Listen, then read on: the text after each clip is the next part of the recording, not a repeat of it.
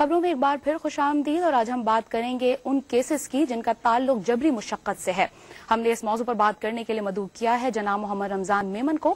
آپ حکومت پاکستان کی اس نیشنل کمیٹی کے ممبر ہیں جو بانڈڈ لیبر کے خاتمے کے حوالے سے قائم کی گئی ہے۔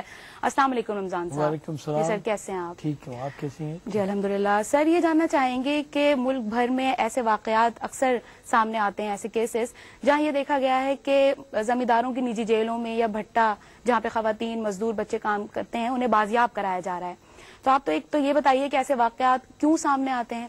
کیا ایسے واقعات کی روک تھام کے لیے کوئی قانون نہیں ہے، اور اگر قانون ہے تو ان پر عمل درآمد کیوں نہیں ہوتا؟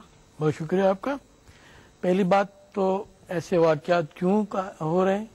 ظاہر معاشرے میں جہاں بھی کوئی کمزور گروپ ہوگا وہ جبر و استحصال کا شکار ہوگا۔ بٹا مزدور یا ہاری اس معاشرے کے سب سے زیادہ کمزور لوگ ہیں، ایک تو سماجی طور پہ، دوسرا معاشی طور پہ۔ معاشی طور پہ اس طرح کہ ان کی جو اجرتیں ہیں وہ بہت کم ہے اور محنت انتہائی سخت، بچوں سمیت عورتیں بچے مرد سب کام کرتے ہیں، جب جا کے ان کو گزارے کے لیے کھانا ملتا ہے، چاہے زمینوں پہ ہوں چاہے بٹوں پہ ہوں۔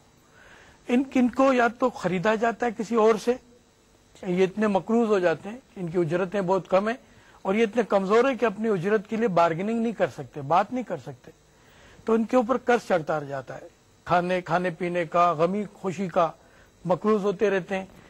بہت زیادہ مقروض ہو گئے کسی ایک جگہ پر، بہت زیادہ ان کے ساتھ فزیکل زیادتی ہونا شروع ہو گئی، تشدد ہونا شروع ہو گیا، عورتوں کے ساتھ بھی زیادتی ہوتی ہے، تو پھر یہ لوگ وہاں سے بھاگنے کی کوشش کرتے ہیں تو بھاگ نہیں سکتے۔ سماجی طور پہ اتنے بندھن ہیں کہ پولیس ان کو چوری کے کیس میں پکڑ، بڈیرا یا بٹا مالک ان کے خلاف کوئی بھی مقدمہ بنا کے ان کو بند کروا دیتا۔ تو یہ لوگ ادھر پوری طرح سے ایک طرح کا بانڈ ہوتے ہیں کہ نکل نہیں سکیں، پھر یہ کسی اور کو کہتے ہیں جی ہمیں اپنے پاس رکھ لو، تو جتنے ان کے اوپر قرض ہوتا ہے اس میں یہ بالکل آج کے دور میں بھی بکتے ہیں، پورے کے پورے خاندان، پورے کے پورے گروپس کئی لاکھ میں بکتے ہیں۔ کسی کو لیبر چاہیے، سستی لیبر چاہیے تو وہ بانڈڈ لیبر خریدتا ہے، کیونکہ بانڈڈ لیبر کوئی کنڈیشن طے نہیں کرتا۔ سر، لیبر لاز بھی تو ہوتے ہیں، جی، تو ان کے اوپر کوئی عمل درآمد؟ اب اس میں جو لیبر لاز ہیں وہ لیبر لاز بھی ہیں، سوشل لاز بھی ہیں۔ مثلاً اقوام متحدہ کی انسانی حقوق کا جو چارٹر ہے اس کے تحت آپ کے مذہب کے سارے اصولوں کے تحت آپ کسی کو غلام نہیں رکھ سکتے، خرید بیچ نہیں سکتے۔ حکومت پاکستان نے بھی اس پہ بڑی قانون سازی کی ہے۔ درشن مسیح کیس تھا ایک بٹا مزدور کا، اس پہ سپریم کورٹ آف پاکستان نے حکومت پاکستان کو کہا جی اس پہ بانڈڈ لیبر پہ آپ قانون سازی کریں۔ بانڈڈ لیبر ایکٹ 1992 میں منظور ہوا، جس کے تحت مقروض کر کے کسی کو یا کسی بھی سماجی بندھن کے تحت مزدوری لینا بانڈڈ لیبر ایکٹ کے تحت جرم ہے۔ اس میں 3 سال سزا، 50,000 روپے جرمانے یا دونوں ہو سکتے ہیں۔ سر، اس لا کو اب کیوں نہیں فالو کیا جاتا؟ اس کے بعد لا ایسی فالو نہیں ہوتا ہے، اس کے اوپر امپلیمنٹ کیسے کیا جائے، تو رولز بنے 1995 میں، 1995 میں، پھر پالیسی بنی 2002 میں کہ جی کس طرح ان کو ریہیبلیٹ کیا جائے گا۔ آپ نے سنا ہوگا کہ بہت سارے کیمپوں میں ہاری آزاد ہو کر آئے ہیں، ان کے لیے کوئی ریہیبلیٹیشن پلان نہیں تھا، وہ پلان بنا۔